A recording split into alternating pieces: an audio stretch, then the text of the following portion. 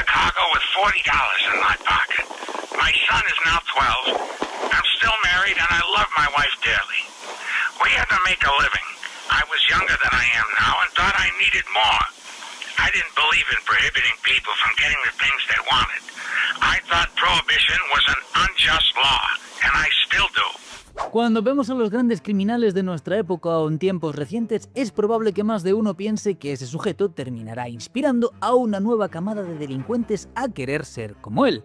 Pero surge la pregunta, ¿quién los inspiró a ellos en primer lugar? Pues bien, hoy vamos a hablar de un hombre que ha sido, es y será inspiración para muchos dentro del mundo del AMPA, llegando incluso a ser admirado por el mismísimo Pablo Escobar. Dadle la bienvenida a esta galaxia del Icuverso al rey del AMPA, al Scarface original, Al Capone. Alphonse Gabriel Capone nace el 17 de enero de 1899 en Brooklyn, Nueva York. Nuestro prota era el hijo de una pareja de migrantes italianos que se habían asentado en Estados Unidos a mediados de 1893, buscando un futuro mejor. Capone pasaría sus primeros años de infancia en un ambiente bastante humilde, rodeado de sus múltiples hermanos y, por supuesto, experimentando muchas privaciones. Sus padres se mudarían cuando Alphonse tenía 11 años, y allí es donde todo empezó a cambiar para nuestro por aquel entonces joven protagonista. Resulta que Capone no era precisamente un estudiante modelo, faltaba mucho a clase e incluso cuando asistía estaba más perdido que surfista en Bolivia, por lo cual era relativamente común que lo expulsasen de la sala. Pero un buen día, con 14 años y cursando quinto grado, su maestra quiso sacarlo por tocahuevos y Capone le dio una muestra gratis de defensa personal femenina, metiéndole unas cuantas hostias.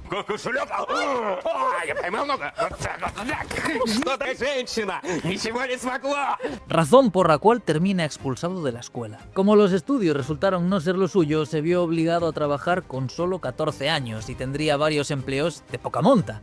Ayudante de multitareas, dependiente en una tienda de dulces e incluso obrero en una fábrica de cartón. Creo que como el Rubius puede ser que también trabajaba en una fábrica de cartón, puede ser. La cosa es que aparte de tener que ganarse el pan, Capone tenía también varias aficiones y una de ellas era el billar.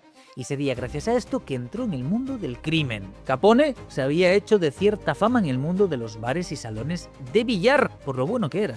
Y un buen día en el salón de billar de su barrio, conoce al gángster Johnny Torrio, quien era reconocido por ser un mafioso más presto a la negociación y a la diplomacia que a la violencia. Eso es bueno. Aunque no tenía problemas en dejar a sus enemigos como un queso si le tocaban los cojones. Eso es malo. Torrio conocería la reputación de Al de buen jugador y de no dejarse intimidar por nadie, por lo que le ofrece trabajo en algunas pandillas de jóvenes que estaban trabajando para él, cobrando extorsiones y robando negocios. Capitalismo, ahorro y trabajo duro, no hay otra cosa. Y tiempo después, incluso estuvo en la pandilla más peligrosa de Nueva York, la Five Points Gang, quienes hacían todo lo antes mencionado y sumaban además trabajo como sicario, que era lo mejor pagado. Sería en estas pandillas donde Capone aprende cómo impartir violencia, volviéndose muy bueno repartiendo hostias y, por supuesto, afinando su habilidad con las armas de fuego. Dios. ¡Wow! Este da duro, ¿eh? Fue poco a poco haciéndose de una reputación en los escalones bajos del crimen, y tras esto pasaría a ser guardaespaldas de un par de mafiosos, Frankie Yale y Tony Torelli, quienes aparte le daban otros trabajos a nuestro prota, como extorsionar, dar palizas e incluso trabajar de camarero en sus bares y clubes nocturnos. Una noche, en 1917, vive una experiencia que lo marca de por vida, literal y metafóricamente. Nuestro prota estaba haciendo su labor de seguridad en el club Harvard Inn, propiedad del mafioso Frankie Yale, y al bar llegaría una chica llamada Lena Galucio, junto con un par de hombres más, siendo uno de ellos su hermano Frank Galucio. Al quiso ponerse en modo rejón y le entra a Lena, quien de acuerdo a la mayoría de fuentes lo rechaza, aparte de decirle a su hermano, quien para evitar problemas quiso marcharse con ella, pero Al vino y le dijo algo sobre la chica que Frank tomó como un insulto y le exigió a nuestro prota retractarse, y como este se negó fueron a los puños. Capone estaba confiado en su habilidad, pero al parecer ningún puño le acertaba a Frank, quien a pesar de estar bebido, tenía los reflejos de Anderson Silva. Ahora, hay dos versiones de cómo termina la historia. En una, Capone frustrado saca una navaja obligando a Galluccio a hacer lo mismo, pero al igual que con los puños, él era mejor, y no solo logra desarmarlo, sino que le raja la cara con varios cortes bastante profundos. La otra versión dice que en medio de la pelea, Galluccio fue el que sacó la navaja y le cortó la cara, aunque su objetivo era el cuello. Pero como estaba borracho, no tuvo buena puntería. Apuñalamiento pero entre coleguillas, ahí en plan...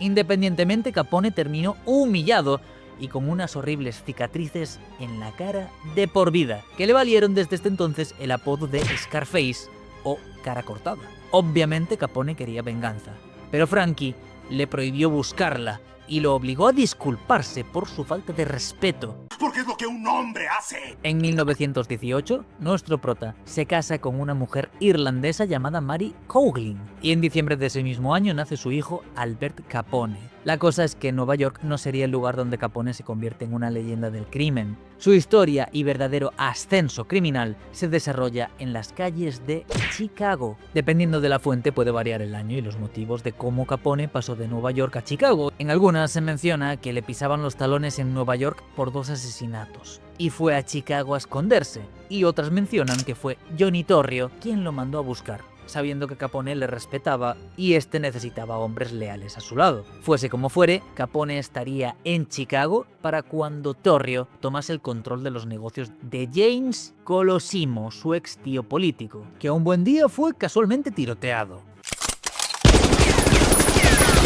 Estas casualidades de la vida. También para estas fechas, 1920, entraría en vigencia la llamada Ley Seca, que prácticamente prohibía la venta, distribución y fabricación de bebidas alcohólicas, y donde el gobierno veía una buena acción, el crimen organizado veía una oportunidad para hacer dinero a manos llenas. Eso sí es de gángsters. De gángsters. ¿Con qué? Pues con el contrabando de bebidas espirituosas. Torrio estrecharía su relación con Capone, dándole responsabilidades de peso en la estructura criminal que manejaba, aparte de volverse su mentor. Capone, por su parte, haría su trabajo como jefe de las actividades criminales, llevando los burdeles, garitos ilegales de juego y, por supuesto, el contrabando de alcohol, que era uno de los negocios más rentables de la banda. Capone haría su trabajo de manera excepcional, fortaleciendo la imagen de grupo y obviamente manteniendo al margen a los enemigos de Torrio por varios años. Pero ser exitoso en un negocio donde la violencia está a la orden del día siempre puede motivar algunos ataques temerarios, más teniendo en cuenta que la muerte de Dean O'Banion, jefe de una banda rival, había iniciado una guerra entre la banda de nuestro prota, la Chicago Outfit, y la North Side Gang. El 24 de enero de 1925, hombres de la North Side Gang atentaron contra Torrio, bañando su auto en plomo con ametralladoras, recibiendo balazos en la cara, en los pulmones y hasta casi pierde los huevos, y le dejaron las piernas como un queso. Y por increíble que parezca, no murió. Uno de los atacantes, de nombre Henny Weiss, le intentó volar la cabeza con un tiro de gracia, pero su revólver se atascó, así que lo sacaron del coche y le dieron una paliza esperando que muriese por el daño acumulado. Pero sobrevivió. Una puta locura. Capone sentía cierto grado de responsabilidad al no haber protegido a Torrio, quien aparte terminaría en prisión mientras se recuperaba, bajo el cargo de romper la prohibición. Y Capone obviamente tenía hombres en la cárcel que lo cuidaban 24/7. Pero ya reza el dicho, la desgracia de uno es la felicidad de otro, y ciertamente lo ocurrido con Torrio le trajo bastante suerte a Capone, pues su mentor, al sobrevivir a semejante ataque, se replanteó su vida. En plan, ¿de qué vale tener tanto dinero si puedo morir de un día para otro? Buen punto. Aunque no me jodas, prácticamente sobrevivir a eso es como ser inmortal. Aún así, un buen día le dijo a Capone: Al, escucha, mira, esto todo es tuyo. Y le informó que se marchaba a Europa. Y así, después de años de servicio y demostrar una lealtad como ninguna, Alphonse Capone se hace del control de una de las agrupaciones criminales más poderosas de Chicago y de los múltiples negocios ilegales que tenía.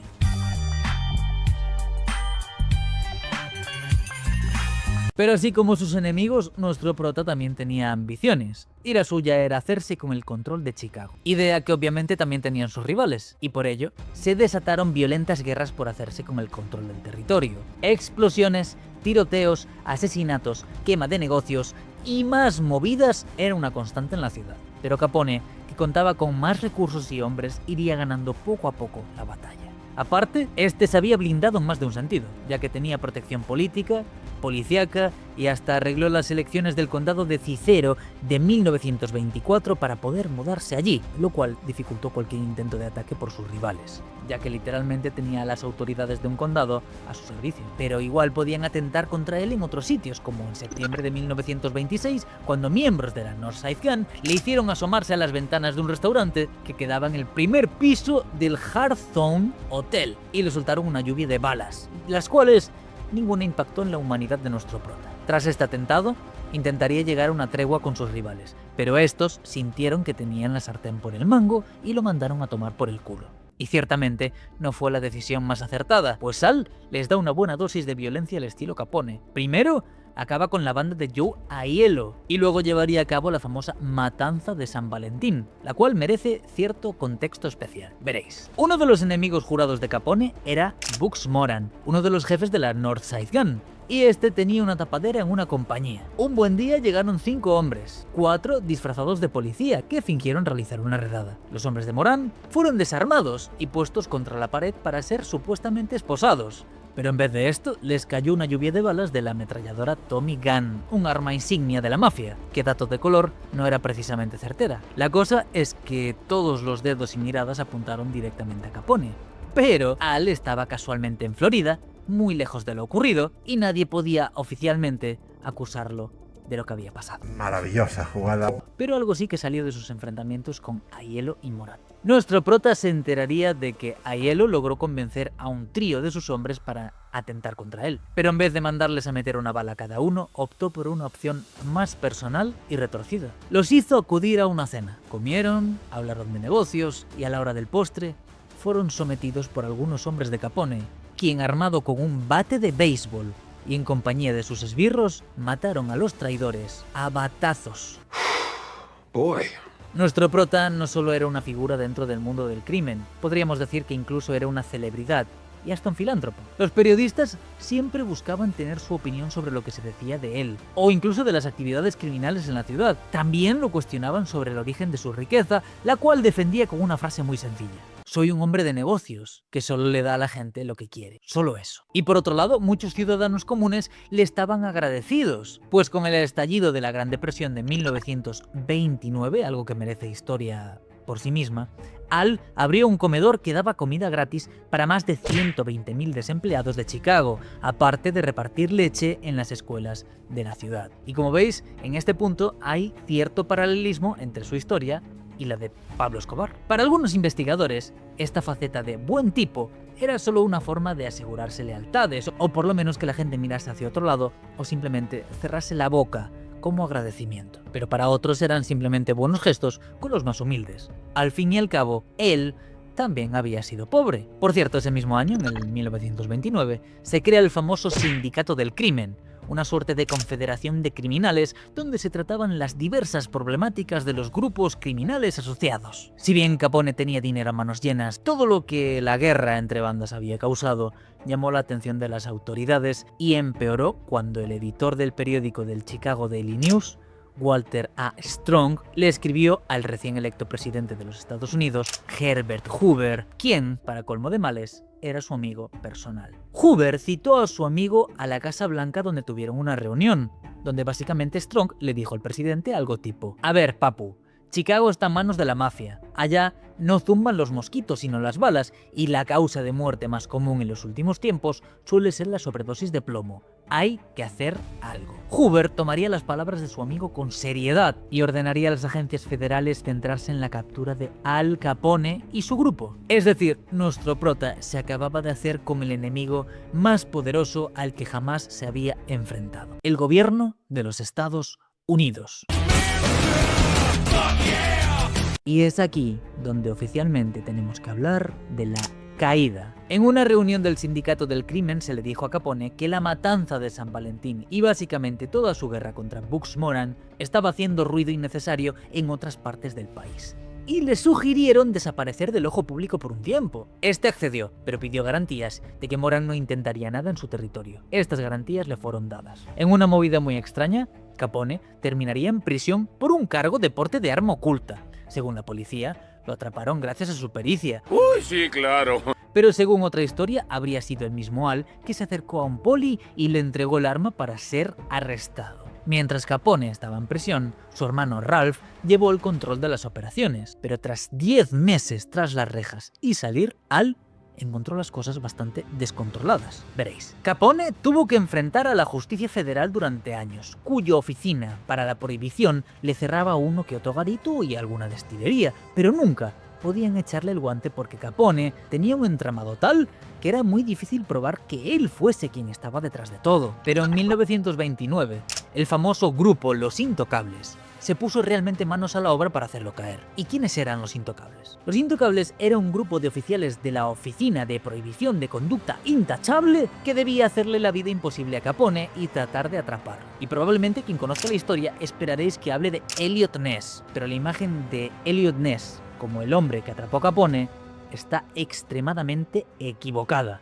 Es decir, él hizo un trabajo importante haciendo redadas y afectando las entradas de dinero de Capone, pero infló su propia historia y participación cada vez que podía en la prensa, por lo que es momento de pasar de ese relato y profundizar en cómo realmente cayó Capone. Mientras Ness y sus hombres le daban golpe tras golpe a las operaciones de alcohol de Capone, la Oficina del Tesoro de Estados Unidos, Hacienda, No digas ese nombre. que también tenía el orden de atraparlo, se puso a hacer lo suyo. El jefe de la unidad de inteligencia de la oficina, Elmer Irey, la tenía muy clara. Culpar a Capone por cargos de evasión de impuestos, usando una ley promulgada en 1927 que decía, ojo, que cualquier ganancia, así fuese ilegítima, tenía que pagar impuestos. Es decir, da igual si estás ganando dinero de forma ilegal, tú tienes que darme lo mío y punto. Así funcionaba Hacienda. Bien, pero decirlo era más fácil que hacerlo. Sus agentes recorrieron las calles y negocios de Chicago, en especial de Cicero, condado que Capone tenía en su bolsillo, tratando de encontrar una mísera prueba, pero lo único que encontraban era gastos, decenas de miles de dólares gastados en ropa, muebles y demás movidas, y si bien las facturas mostraban un gasto enorme, no había pruebas de dónde provenía el dinero, y esto era lo más importante. Ness y sus hombres seguían dándole a las operaciones de Capone como a una piñata, mientras que Frank J. Wilson, agente de la Oficina del Tesoro encargado de recabar las pruebas, terminó descubriendo unos libros de contabilidad que estaban en los depósitos de evidencia de la policía de Chicago desde el 1926. Pero era más fácil tratar psicológicamente a una feminista resentida que entender las anotaciones del libro, por lo que Wilson llegó a la conclusión que solo alguien dentro del círculo de Capone podría darle sentido a todo lo que estaba en estas páginas, y afortunadamente para él, un conejo le daría a ese hombre dentro de la banda de Capone, y preparaos para flipar. Eddie O'Hare era un abogado y asesor financiero que había representado a un hombre llamado Owen Smith, quien había creado el conejo mecánico que se usa en las carreras de galgos. La cosa es que un mal día Smith colgó los tenis, y Eddie, usando las típicas movidas de abogado, le compró la patente del conejo a la viuda, pagándole obviamente una miseria. Los mafiosos de la ciudad de St. Louis, viendo el potencial de la patente y las carreras, querían ponerle una bala a Eddie entre las cejas, por lo que se fue de la ciudad y llegó a Chicago, donde se reunió con Capone y le dijo algo tipo: seamos socios, yo tengo la patente, tú tienes los medios. Al aceptó y estuvieron trabajando juntos relativamente bien, pasando O'Hare a ser su asesor financiero y, lo más importante, llegando a conocer el entramado de la contabilidad de Capone. Pero cuando la ley empezó a tocarle los huevos a nuestro prota, O'Hare empezó a caer en la paranoia, pues le habían informado que Capone habría barajado la opción de matarlo para no tener que compartir las ganancias de las carreras de galgos con él, aparte de quedarse con la patente, que valía bastante pasta. Esto lo llevó a aceptar volverse informante de la Oficina del Tesoro y ayudar a descifrar las notas del puto cuaderno. Con lo que salió de allí fueron rastreando a testaferros y ganancias que iban a parar a las manos de nuestro prota, y en abril de 1930, Capone, junto con su abogado, se reunieron con Frank J. Wilson para hablar de sus impuestos. Pero Wilson le pegó básicamente una arrastrada moral, que le ganó una amenaza de muerte para su esposa de parte de nuestro mafioso protagonista. Para septiembre del mismo año, el abogado de Capone volvió a la Oficina del Tesoro y le dio una carta a Wilson donde Capone imponía un acuerdo en el que se comprometía a pagar los impuestos. Pero Wilson olfateó la sangre en el agua y, como buen tiburón de Hacienda, no iba a dejar que Capone se le escapase. Con la información que Eddie O'Hare les pasaba en secreto, pudieron dar con testigos que, de no ayudar a la ley, estarían bastante jodidos, pues si Al no los mataba, irían a prisión por estar envueltos en sus movidas y contra ellos sí era fácil probar los cargos. Y el 13 de marzo de 1931 ocurrió el miedo de todo youtuber promedio. Alphonse Capone fue acusado de evasión de impuestos federales sobre la renta y a lo largo de 2 meses se sumaron más cargos de evasión. Los abogados de Capone contactaron con el fiscal George Johnson, quien estaba dispuesto a un arreglo de 2 años y medio de prisión. Con esta garantía, nuestro prota se sentía el rey del mundo. Iría a prisión y le daría su tajada al gobierno, pero bajo sus condiciones, y en 2 años y pico, de vuelta a las calles. Y así, más confiado que Maduro a las elecciones, se presentó en el debate ante la corte el 18 de junio de 1931 y se declara culpable. El juez, de nombre James Wilkerson, dijo que necesitaba tiempo para tomar consideraciones. Así que volvieron a la corte en octubre del mismo año, donde nuestro prota esperaba escuchar: es condenado a pasar 2 años y medio en prisión, etcétera, etcétera, etcétera. Pero en vez de esto el juez dijo, y cito: ninguna de las partes en un caso penal pueden estipular la sentencia que se ha de dictar. La defensa de Capone trató de recordar los términos del acuerdo y el juez, en modo basado gigachat, les dijo: ¿qué acuerdo ni qué pollas? Señaló a Capone y agrega: es hora de que alguien le diga al acusado que es imposible negociar con un tribunal federal. A.k.a. Capone, estás jodido. El juez Wilkerson ordenaría un juicio contra el mafioso y encargó la protección de todos los testigos e implicados para que no ocurriesen accidentes extraños. Nuestro prota tenía el agua al cuello. El gobierno lo había arrinconado finalmente. Tenía que hacer algo rápido o se iría a la cárcel por muchos años. Y optó por una técnica vieja pero confiable: comprar al jurado. Sutil. Y técnicamente podría haber salido bien, pero Eddie O'Hare, quien recordemos estaba pasando información a la oficina del Tesoro, supo de esta movida y le informó a Frank J. Wilson que Capone tenía al posible jurado comprado. Wilson, a su vez, informó al fiscal y al juez Wilkerson, y este le dijo que no se preocupase. El 5 de octubre de 1931, antes de iniciar el juicio, el juez cambia al jurado por otro que estaba en la corte, y con ello le corta prácticamente toda esperanza a Capone. Finalmente, las pruebas y testimonios de los testigos que presentaron durante varios días fueron suficientes para que Capone, el rey de Lampa, fuese condenado el 17 de octubre de 1931 a 11 años de prisión por evasión de impuestos. Capone sería recluido en una prisión de Atlanta, pero cuando el gobierno notó que este seguía controlando su imperio criminal desde la cárcel, lo mandaron a Alcatraz, donde sí lo pasaría mal, ya que estaba aislado. De hecho, literalmente estaba en una puta isla. ¡No te lo puedo creer! Capone estaría en la roca estrictamente vigilado, pero no sería algún recurso o enemigo el que acabaría con él. Fue la sífilis. ¿Cómo? ¿Nani? Resulta que estando en prisión empezó a dar señales de deterioro en su salud. Después de examinarlo, resultó que este tenía una sífilis adquirida en la adolescencia, que como nunca se trató, ahora lo estaba matando. Le costaba caminar, decía incoherencias, mostraba signos de demencia y por ello el gobierno optó por dejarlo en libertad el 16 de noviembre de 1939. Por cierto, durante su encierro se eliminó la prohibición del alcohol, con lo que los ingresos de su imperio criminal cayeron de forma exponencial, lo que llevó a que su amada Chicago Outfit se fuese desmembrando. Al salir de prisión, no estaba en condiciones físicas o mentales para dirigir nada, apenas le quedaba un puñado de hombres leales y no tenía mucha pasta. De hecho, se cree que este escondió una fortuna, pero que por la demencia no pudo saber dónde la había dejado. No, este pibe es muy pelotudo. Esto según las palabras de su hermano Ralph Capone. Al estaría en su mansión de Florida, junto a su esposa, hasta que el 21 de enero de 1947 sufre un derrame cerebral para 4 días después, con apenas 47 años, morir de neumonía en la bañera de su casa. Y así acababa la vida de uno de los mafiosos más temidos y reconocidos de Estados Unidos, el llamado Rey de Lampa. Sin fortuna, enfermo y muriendo de una forma miserable en la bañera. Es decir, lo que ninguna bala, explosión o atentado pudo lograr, lo logró una ETS y una infección pulmonar. ¿Pero qué fue de aquellos que le hicieron la guerra hasta llevarlo a prisión? Bueno, pues si creéis que esto tiene algún final feliz para alguna de las partes, estáis equivocados.